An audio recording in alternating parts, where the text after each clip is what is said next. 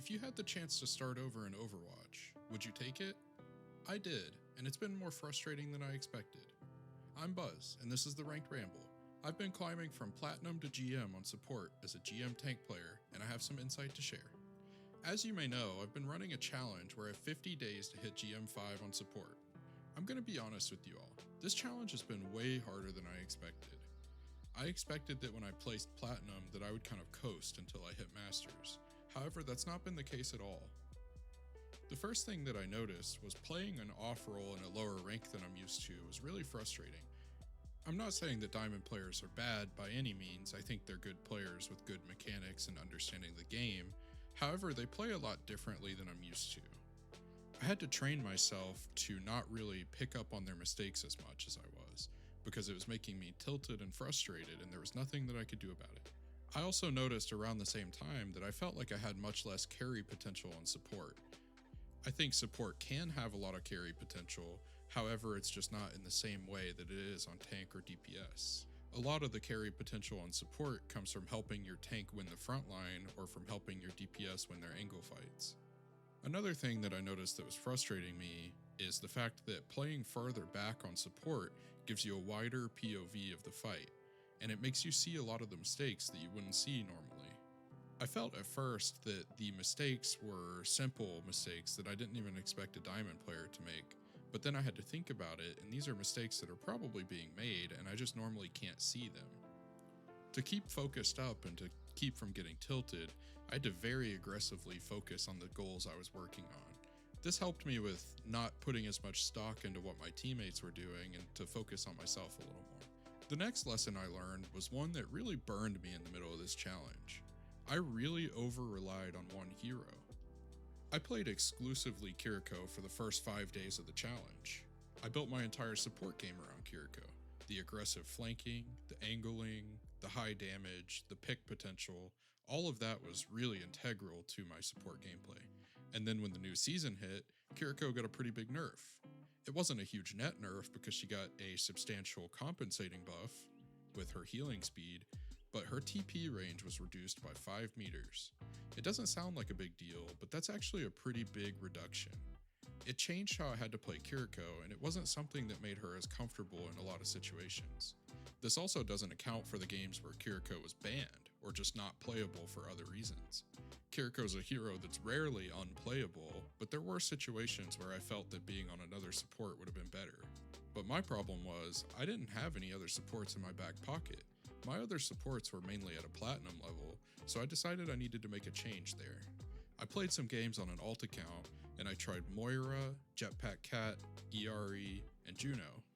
I ended up settling on Juno. I felt like Juno brought some nice contrast to my playstyle, since she has more frontline support and a more anchored speed ring for your brawl tanks. When you compare her to Kiriko, Kiriko's a lot more aggressive, on off angles, flanking, doing damage, whereas Juno's more of a true support to your frontline. This isn't to say that picking up Juno solved my problems though.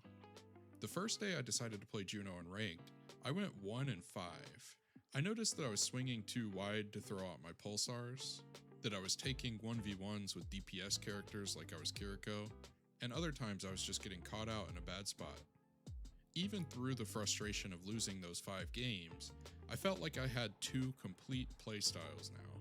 I had my more stable frontline presence with Juno, and then I had my aggressive flanky playstyle with Kiriko.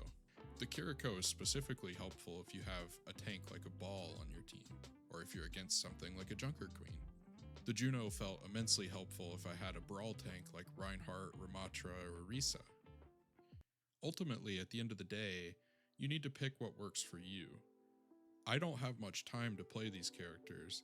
I spend about 4 hours a week playing support, so therefore splitting my 4 hours across these 2 heroes only gives me 2 hours on each character as opposed to 4 hours on just Kiriko. The ideas I have of hero pools are that they are very different depending on your goals. If I were playing to hit champion or go pro on support, I would probably want to dedicate more time to just playing Kiriko. Kiriko is almost always meta at the high level, and if I forced Kiriko in situations that it may not work, I learn more about the hero and the interactions. However, I'm optimizing this for a short-term climb since I only have 50 days to hit GM5. Therefore, if I have 2 heroes I can play at the same level, I'll be able to win more games when one of the heroes doesn't work as well. The last lesson that I learned is that the frustration is normal with playing in lower ranks. It's actually much harder than you expect, and it's not what you're used to. I really overvalued mechanics. I thought that mechanics would be able to carry me. And I think if your mechanics are good enough, they definitely can carry you. However, my mechanics aren't that of a champion player. So to summarize here, the 3 lessons that I learned are that lower ranks are much harder than you think. Over-reliance on one hero will expose the weakness in your gameplay, and that frustration is natural when you're taking on a challenge like this. The question is, how can you turn that frustration into something productive? For me, setting goals and time limits has helped me, and ultimately, even though this challenge has been frustrating, I think I've already become a better player. I've seen the game from a different perspective that I had never seen before. Even when I go back to tank, I now think about what the game is like from the support's perspective, and that influences how I play tank as well. I've really learned that you can't stay in your comfort zone with this challenge, and I think that will help me out in the long run. And if you made it this far into the video, thank you for watching. I genuinely appreciate it. If you could leave a like and a subscribe, it helps me out more than you may know. Let me know down in the comments if you've had frustrations with off-angling or just the game in general recently. I also have a Discord server. The link is down in the description. It's a place for people to hang out, play games, talk improvement, or just to chat. I also stream live on Twitch every Wednesday and Thursday at 8 p.m. Eastern Standard Time. And if you've enjoyed this video, my video about ranked anxiety pairs very well with this one, and it's on the end card now. Thank you for watching.